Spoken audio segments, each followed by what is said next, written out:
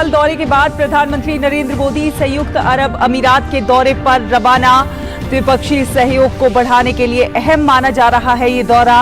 UAE में शीर्ष नेतृत्व के साथ मुलाकात में भारत यूएई संबंधों को और अधिक मजबूत करने पर होगी चर्चा।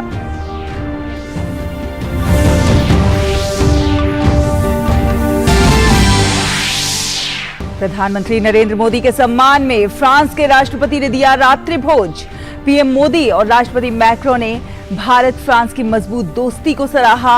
दोनों नेताओं ने भारत फ्रांस सीईओ फोरम की बैठक में भी लिया हिस्सा। व्यापार क्षेत्र में द्विपक्षीय सहयोग में हो रही प्रगति पर जताई खुशी।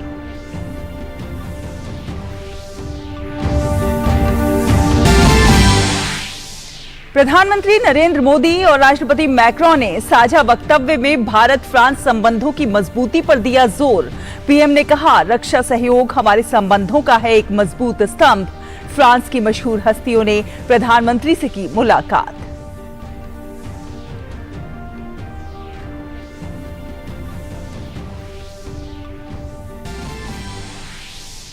मौसम विभाग ने आज दिल्ली में बारिश का येलो अलर्ट किया जारी। वहीं बाढ़ प्रभावित क्षेत्रों में राहत अभियान जारी।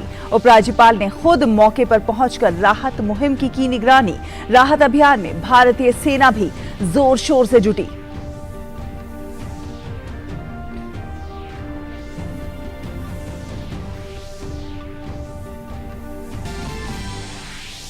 और क्रिकेट में रविचंद्रन अश्विन की शानदार गेंदबाजी की बदौलत भारत ने वेस्टइंडीज को 2 टेस्ट मैचों की सीरीज के पहले मुकाबले में पारी और 141 रनों से हराया। दूसरी पारी में अश्विन ने झटके 7 विकेट। शतकवीर यशस्वी जायसवाल बने player of the match.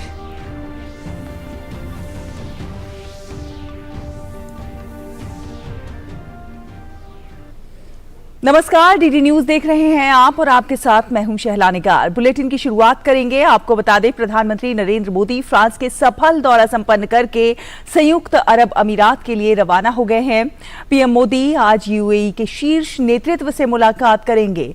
PM संयुक्त अरब अमीरात के राष्ट्रपति शेख मोहम्मद बिन जायद अल नाहयान से द्विपक्षीय सहयोग को मजबूत करने पर चर्चा करेंगे। भारत यूएई दोस्ती को और मजबूत करने की दिशा में प्रधानमंत्री नरेंद्र मोदी के इस दौरे को बेहद अहम माना जा रहा है।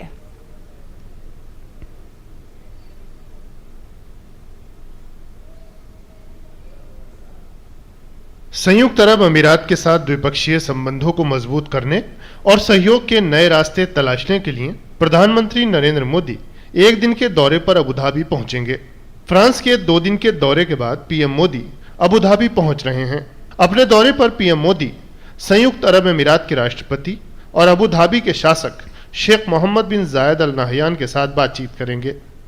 ऊर्जा सहित आपसी हित के मुद्दों पर दोनों नेताओं के बीच बातचीत होगी। Recently signed in January this year an MOU on collaboration in green hydrogen. We have a hydrogen mission. So does UAE, and we feel that together we can accomplish a lot in terms of green hydrogen because that is fuel of the future. Not only that, we are working very closely on COP28 because they are hosting COP28 this year. The issues are very common, and issues like focusing on climate finance, loss and damage, adaptation, addressing concerns of the global south, having a just and fair energy transition, energy access, affordability. These are all very important things and we are working very closely on that.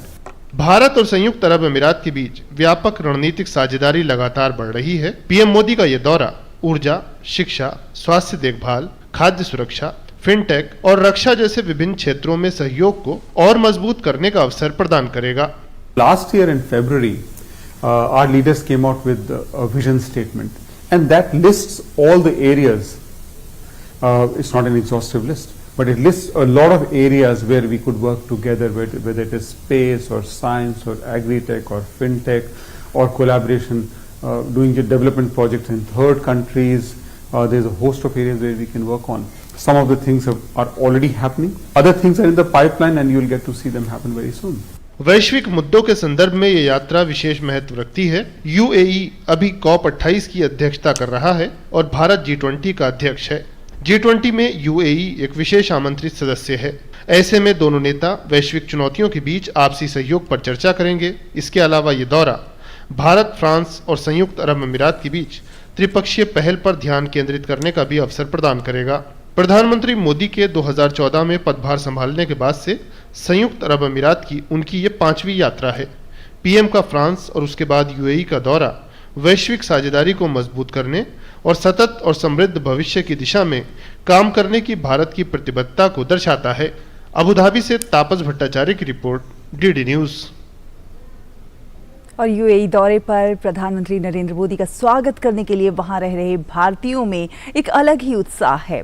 विश्व मलयाली परिषद के उपाध्यक्ष Charles Paul ने PM के UAE दौरे का तहे दिल से स्वागत किया है। चार्ल्स पॉल ने कहा है कि ये गौरवशाली क्षण होगा जब पीएम मोदी संयुक्त अरब अमीरात पहुंचेंगे। नमस्ते prime minister Modi ji. Congratulations on your 5th visit to the United Arab Emirates. It's an honor to send this message on behalf of World Malayali Council WMC. This milestone visit holds immense significance as it signifies the strong bond between India and the UAE. Your unwavering commitment to strengthening bilateral ties is commendable and we are really grateful for your efforts. With each visit, you have brought forth greater cooperation, economic growth and cultural exchange between our nations. The Indian diaspora in the UAE has flourished under your leadership and we are grateful for the countless opportunities created for our community. As the representative of the World Malayali Council WMC, we are proud to stand beside you in this journey. Your vision for India's progress has truly inspired us, and we pledge our unwavering support in achieving our shared goals. May this 5th visit be filled with productive discussions, partnerships, and moments of celebration. We look forward to witnessing the further strengthening of our historic relationship. Wishing you a successful and memorable trip. Jai Hind. और तपस Bhattacharya Abu Dhabi से हमारे साथ जुड़ गए हैं ज्यादा बातचीत करने के लिए। तपस, सुप्रभात। हम जानते हैं कि यूएई के भारत के साथ संबंध जो हैं वो काफ़ी पुराने हैं, जो द्विपक्षीय संबंध हैं, और पिछले कुछ सालों में ये संबंध और भी ज़्यादा प्रगाढ़ हुए हैं। ये नज़दीकियां जो है और भी ज़्यादा बढ़ी हैं। प्रधानमंत्री का ये जो दौरा है वो सामरिक दृष्टि से देखा जाए, रणनीतिक दृष्टि से देखा जाए तो बहुत ज़्यादा महत्वपूर्ण है और आने वाले समय में इन संबंधों में और भी ज़्यादा प्रगाढ़ता आएगी। बिल्कुल, आपने सही कहा कि ये जो रिलेशनशिप है, इनफैक्ट प्रधानमंत्री ने जब 2014 में ये पहली बार जब प्रधानमंत्री बनके आए थे तो उसके बाद से हमने लगातार देखा, ये उनकी 5वीं विजिट है। तो लगातार हम देख पा रहे हैं यूएई के साथ जो रिलेशनशिप है भारत के, वो लगातार गहरे होते जा रहे हैं। इनफैक्ट जब पहली बार प्रधानमंत्री नरेंद्र मोदी यहाँ पे यूएई में आए थे, उससे पहले आप सोचिए 3 दशक तक जो यहाँ पे कोई आया नहीं था, और उसके वजह से एक जो इंडिया यूएई रिलेशनशिप है वो एक तरह से एक सीमित लिमिट पे था। लेकिन जब से प्रधानमंत्री नरेंद्र मोदी ने कार्यभार संभाला, उसके बाद से लगातार यूएई के साथ उनके संबंध जो है बेहतर होते गए हैं, और यही आज इसका नतीजा हम देख पा रहे हैं कि ये उनकी 5वीं विजिट है। और उसके ना सिर्फ वो यूएई का जो सबसे हाईएस्ट सिविलियन अवार्ड है उससे उनको नवाजा गया है, और भारत और यूएई के बीच में जो व्यापारिक संबंध है, जो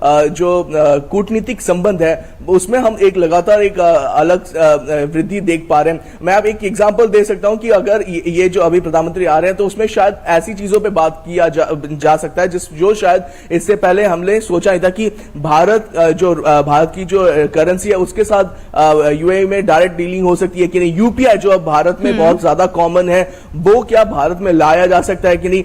भारत और यूएई के बीच में सेपा जो एक एग्रीमेंट साइन किया गया था, जिसके मद्देनजर दोनों देशों के बीच में एक सीमलेस फ्लो जो था ट्रेड का वो किया जाना था, वो किया गया है, और 80% जो गुड्स है उस पे टैरिफ रिड्यूस किया गया या फिर हटाया गया है, तो वो एक तरह से दोनों देशों के बीच में जो इकोनॉमिक प्रोग्रेस है, जो बिजनेस होता है, उसको बढ़ावा दे चुका है। इनफैक्ट जब पिछले साल ये सेपा साइन किया गया था तो कहा जा रहा था कि करीब 5 सालों में $100 बिलियन ये इसमें बिजनेस किया जा सकता है और इससे भारत और यूएई दोनों को लाभ मिलेगा। लेकिन मैं आपको बताना चाहूंगा कि हमने बात की जबकि भारत के एम्बेसडर से, तो उन्होंने कहा कि 1 साल के अंदर ही करीब $80 बिलियन से ज्यादा का बिजनेस किया गया। तो अब वो लोग ये जो आपका स्टैट्स है उसको आगे बढ़ाने की कोशिश करें, वो कोशिश करें कि $100 बिलियन नॉन फॉसिल जो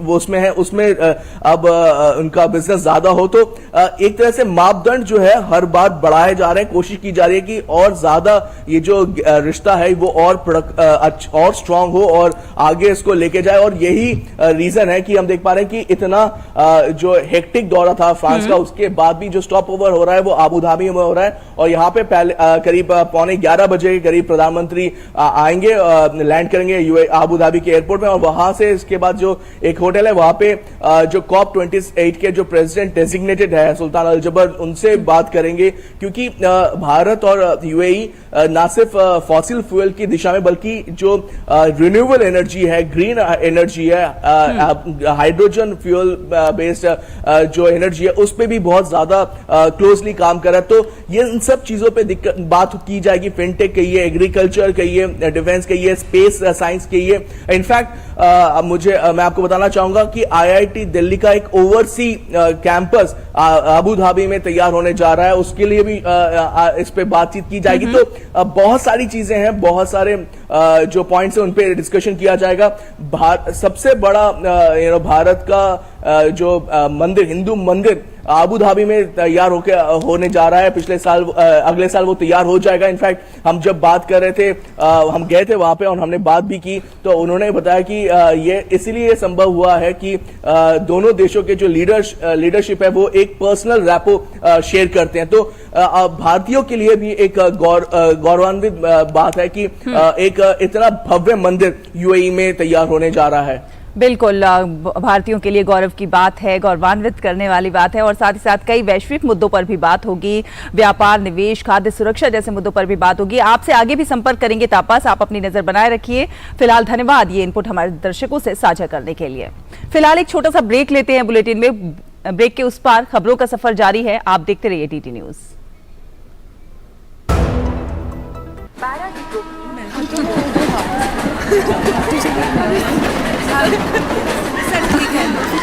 आजा। कैसा रहा काम का पहला दिन? अच्छा था। दीदी, आप गर्भ निरोधक गोलियां लेती हैं? हाँ, क्यों? नहीं, वो गांव में बुआ जी कहती थी कि सर टकराने से सर पे सींग निकल आते हैं, या फिर फल का बीज खा लिया तो पेट में पेड़ उगेगा, है ना? और ये भी कहती होगी कि गर्भवती औरतों को नदी नहीं पार करनी चाहिए। बुआ जी तो ये भी कहती होंगी कि लड़कियों को नौकरी नहीं करनी चाहिए। तुम तो करती हो। बुआ जी की सब बातें कब से मानने लग गई। यूं ही रह मत मानो, गोली की सच्चाई को जानो। नए जमाने की गर्भ निरोधक गोलियां हैं आसान, असरदार और भरोसेमंद। तभी तो विश्व भर में करोड़ों महिलाओं को गोली में विश्वास।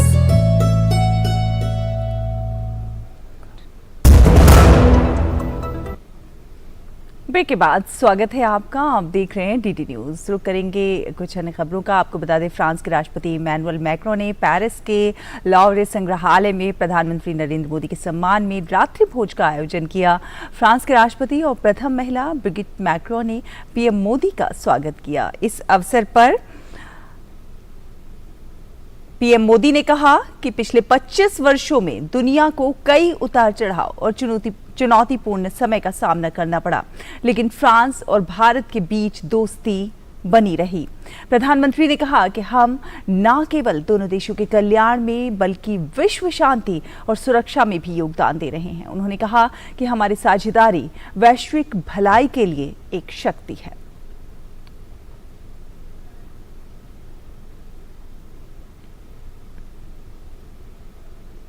इससे पहले फ्रांस के राष्ट्रपति इमैनुअल मैक्रों ने एलिसी पैलेस पहुंचने पर प्रधानमंत्री नरेंद्र मोदी का स्वागत किया। दोनों ही नेताओं के बीच प्रतिनिधिमंडल स्तर की वार्ता हुई और इस द्विपक्षीय मुलाकात में दोनों देशों के बीच रणनीतिक साझेदारी को और भी सुदृढ़ किया गया। प्रधानमंत्री ने फ्रांस के राष्ट्रीय दिवस पर बतौर विशिष्ट अतिथि शिरकत करने को गौरव का क्षण बताया। उन्होंने भारत और फ्रांस के प्रगाढ़ संबंधों की वजह लोकतंत्र, समानता और बंधुत्व के साझा मूल्यों को बताया। रणनीतिक साझेदारी के 25 वर्षों पर प्रधानमंत्री ने फ्रांस को एक स्वाभाविक साझेदार बताया और नवीकरणीय ऊर्जा, green hydrogen, artificial intelligence, semiconductor, cyber और डिजिटल तकनीक जैसे क्षेत्रों में आगे बढ़ने पर जोर दिया। फ्रांस के राष्ट्रपति इमैनुअल मैक्रों ने एलिसी पैलेस पहुंचने पर प्रधानमंत्री नरेंद्र मोदी का स्वागत किया। दोनों ही नेताओं के बीच बातचीत हुई। रणनीतिक साझेदारी के 25 वर्षों पर प्रधानमंत्री ने फ्रांस को एक स्वाभाविक साझेदार बताया।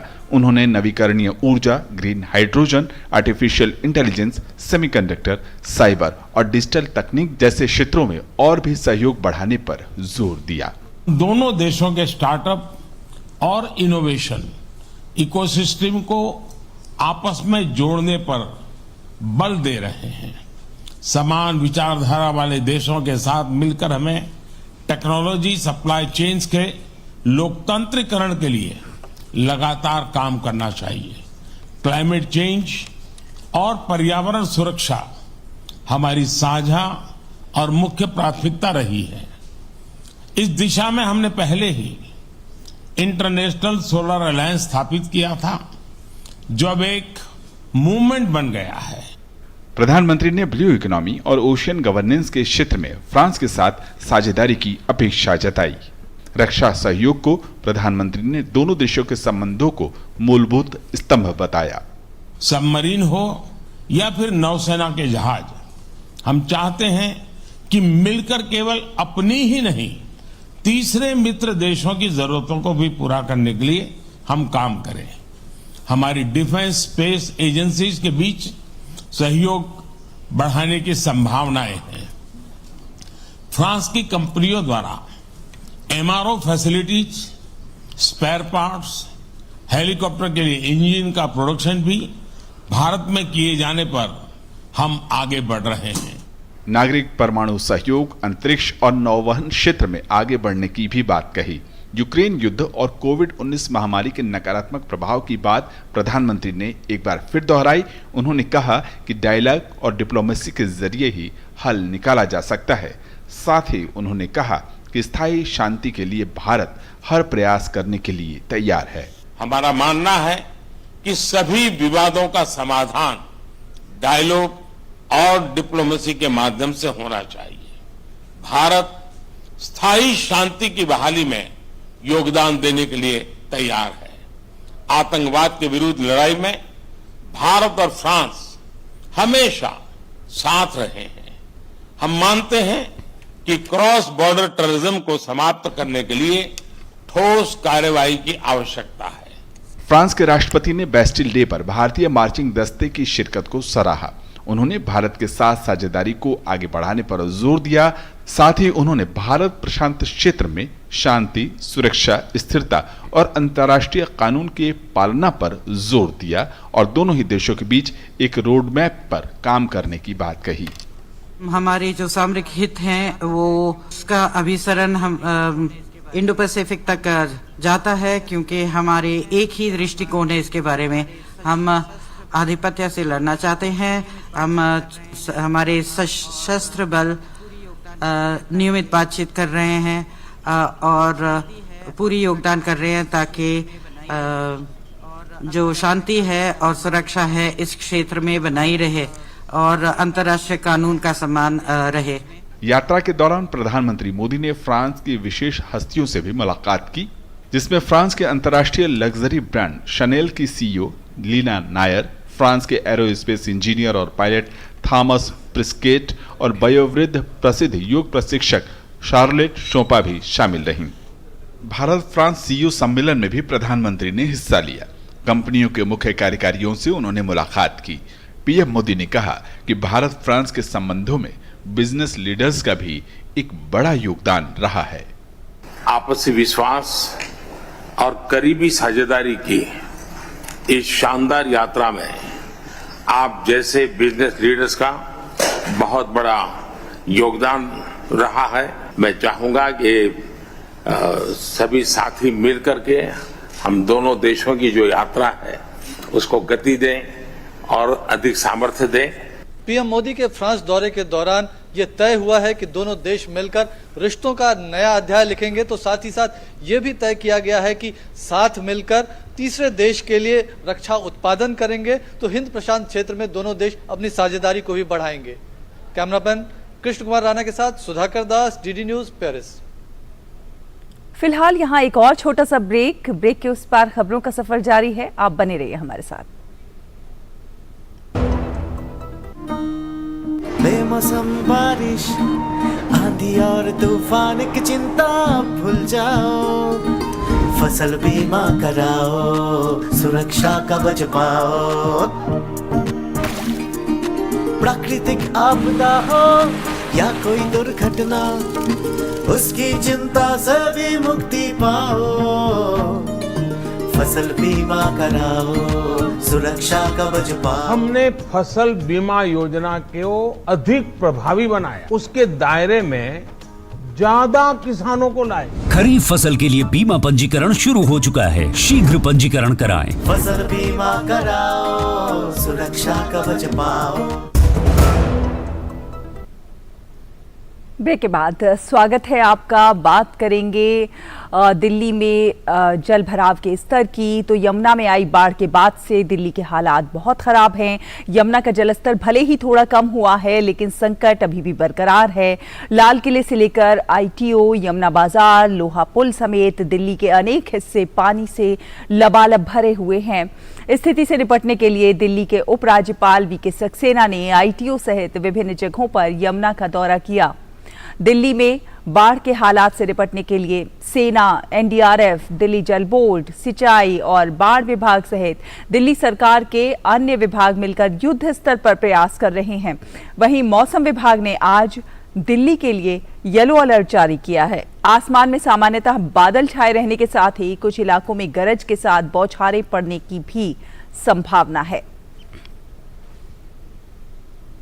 और हमारे दो सहयोगी संवाददाता हमारे साथ जुड़ गए हैं। चंद्रशेखर है राजघाट से और साथ ही काजल है हमारे साथ, वो आईटीओ से जुड़ी हुई हैं। और सबसे पहले काजल, आपके पास आना चाहूंगी। आप आईटीओ पर खड़े हैं और यहाँ पर कई दिन से ये स्थिति बनी हुई है, जिस तरह से जल भराव है उससे लोगों को बहुत ज्यादा दिक्कतों का सामना करना पड़ रहा है। भले ही यमुना का स्तर थोड़ा कम हो रहा हो, लेकिन स्थिति अभी जो है दिल्ली में बेहतर नहीं है। जिस तरह से लबालब भरा हुआ है, लोगों को कैसी दिक्कतों का सामना करना पड़ रहा है आप जहां पर हैं?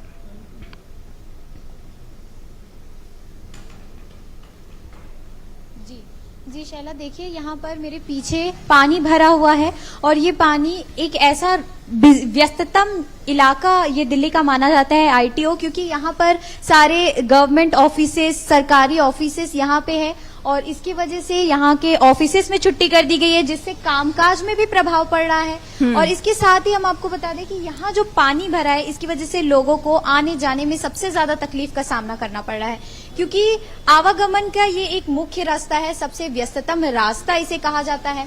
और जैसा कि आपने बताया कि येलो अलर्ट दिल्ली में जारी किया गया है। कल शाम में भी दिल्ली में, पूर्वी दिल्ली में बहुत बारिश हुई है।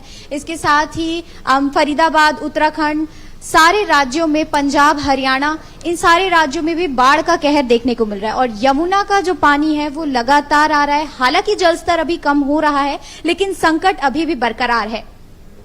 बिल्कुल, आप बने रहिए हमारे साथ। चंद्रशेखर भी राजघाट से जुड़े हुए हैं। चंद्रशेखर, देखिए सेना, एनडीआरएफ सभी युद्ध स्तर पर प्रयास कर रहे हैं। आप देखें तो आईटीओ बैराज जो है उसके पास के 5 गेटों को जाम करने वाली गाद और कीचड़ को भी हटा दिया गया है। कई जगहों से पे युद्ध स्तर पर काम हो रहा है, लेकिन स्थिति अभी भी काफी खराब है और लोगों को बड़ी परेशानियों का सामना करना पड़ रहा है। और ऐसे में जल जनित जो बीमारियां होती हैं उनके भी भी पनपने का खतरा रहता है जब एक दिन से ज्यादा, 2 दिन से ज्यादा कहीं पर पानी का जमाव हो जाता है। तो ऐसे में क्या कुछ और प्रयास होने चाहिए और क्या कुछ अभी आप देख रहे हैं जमीन पे हो रहा है? देखिए, सबसे पहले तो मैं अपने कैमरामैन जगपाल से कहूँगा कि वो दिखाएं कि मैं जब राजघाट में जहाँ पे खड़ा हूँ वहाँ की स्थिति शैला सबसे पहले दिखाना ज़रूरी है कि क्या स्थिति इस वक्त यहाँ पर है। ये तकरीबन 6 से 7 फुट का पानी होगा जो यहाँ पर पूरा राजघाट के जो परिसर है उसमें भरा हुआ है। और कमोवेश ये जो स्थिति है, जो भयावह स्थिति बनी हुई है इसमें, सैलाब जो जिस प्रकार से आए हैं, बाढ़ आई हुई है पूरी दिल्ली के आसपास के इलाकों में, ये पूरी फैलती चली जा रही है। और अगर आप देखें जो जलस्तर की आप बात कर रहे थे तो 208 मीटर से ऊपर का जलस्तर का भी बना हुआ है। और ये सीवीसी के जो अभी आंकड़े हैं वो ये दर्शाते हैं कि उनका एक अनुमान था कि कल रात 12 बजे से पहले, यानी कि 11 साढ़े 11 के आसपास, ये जो जल की जो स्थिति बनी हुई है, एक्सट्रीम जो फ्लड की स्थिति बनी हुई है, वो 208.5 मीटर तक ये पानी जो है वो कम हो सकता है। लेकिन अभी भी एक्सट्रीम जो फ्लड जो सिचुएशन है उसको मान के चल रही है CWC कि यहाँ पर अभी स्थिति ये बनी हुई है। और तकरीबन आप मान के चलिए शैला कि ये जो इलाके हैं, जो कि यमुना पार के जो इलाके हैं, यहाँ पर ये स्थिति कमोवेश बनी रहने वाली है, क्योंकि ये जो पानी है इसकी निकासी होना बहुत ज़रूरी है। और जो जल जनित बीमारियों की आप बात कर रही हैं वो एक बड़ा उसके बाद एक बड़ा समस्या जो है उत्पन्न हो सकती है, क्योंकि जब जैसे जैसे ये पानी सूखेगा इसके बाद ये जो बीमारियाँ हैं वो भी उत्पन्न होनी शुरू होंगी। और ये सबसे बड़े मुफीद माना जाता है डेंगू के लिहाज से भी। ये जो पानी लगातार जो जितने भी जो शहरी हैं इलाके हैं वहाँ पर फैल रहा है। और नोएडा की अगर बात करें, गाजियाबाद की बात करें, तो वहाँ पर भी अब पानी जो है वो इस पर जलभराव की स्थिति जो है वो देखने को मिल रही है। और तमाम ये जो इलाके हैं शैला, इसमें इस वक्त ये पानी जो है वो फैलता चला जा रहा है। और ये एक बड़ी समस्या आने वाले टाइम पे बन सकती है। जब ये पानी जब निकासी होगी तो इसके बाद एक जो स्थिति है वो उससे निपटने के लिए भी प्रशासन को काफ़ी मशक्कत करनी पड़ सकती है। बिल्कुल, आप बने रहिए हमारे साथ काजल भी जुड़ी हुई हैं ITO से। और काजल, जिस तरह से आपने बताया कि ये जो है काफी व्यस्ततम इलाका है, सारे ऑफिसेज अधिकतर यहाँ पर हैं और लोगों को जिस तरह की दिक्कतों का सामना करना पड़ रहा है, और पानी एक तरह से हम कह सकते हैं दिल्ली हो गई है। यमुना की बात हो रही है, लेकिन कि हथनीकुंड बैराज से पानी छोड़ा गया, लेकिन और भी कई कारण हैं जिसकी वजह से ये स्थिति उत्पन्न हुई है। बड़ा सवाल यही है कि दिल्ली को दरिया किसने बनाया, और अब सवाल ये भी है कि आखिर ये पानी निकाला क्यों नहीं जा रहा।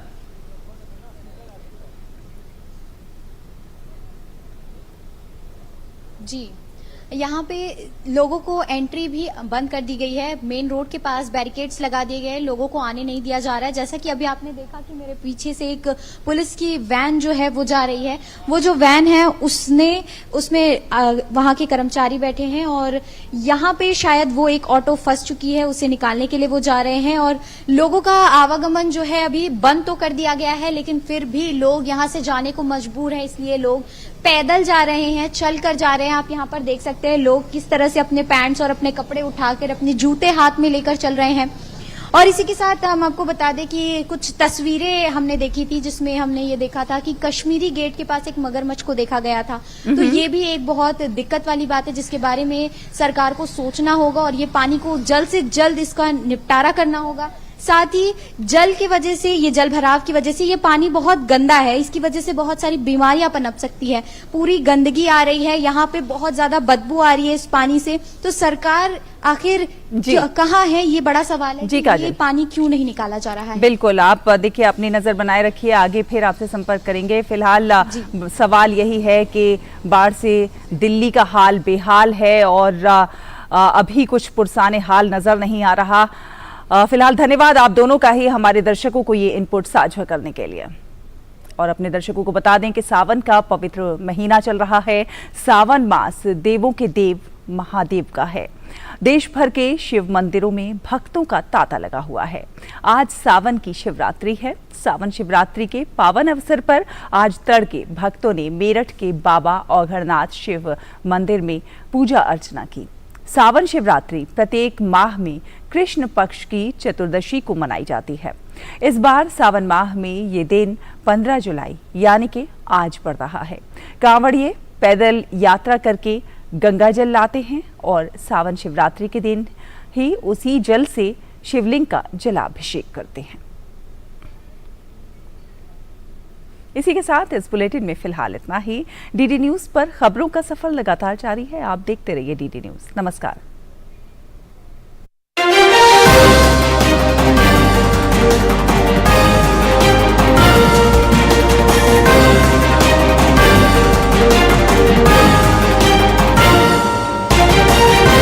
समाचार के प्रायोजक थे वंडर सीमेंट। जब दिल में हो जज्बात तभी होती है एक परफेक्ट शुरुआत।